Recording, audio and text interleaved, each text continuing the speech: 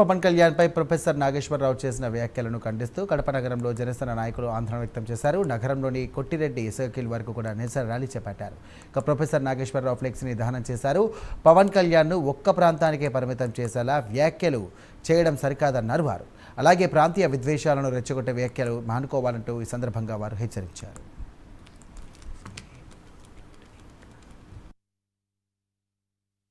పవన్ కళ్యాణ్ గారి మీద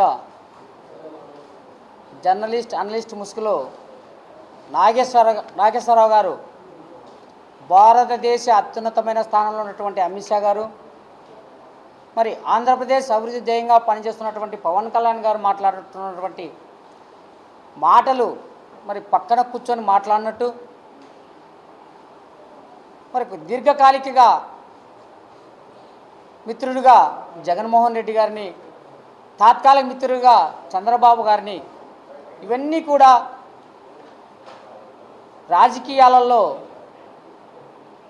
ఒక ఆలోచించాల్సిన విషయం. ఇటువంటి ప్రముఖ వ్యక్తులు మాట్లాడుకున్న విషయాలు మీరు ఈ విధంగా మాట్లాడినారని చెప్పి ఒక మేధావి, ఒక సామాజికవేత్త, సమాజంలో ఉన్నటువంటి మార్పులను ఎప్పటికప్పుడు ప్రజలకు తెలియజేసే వ్యక్తిగా మీరు చెప్తే సంకేతాలు బలంగా అందరికి చేరతాయి.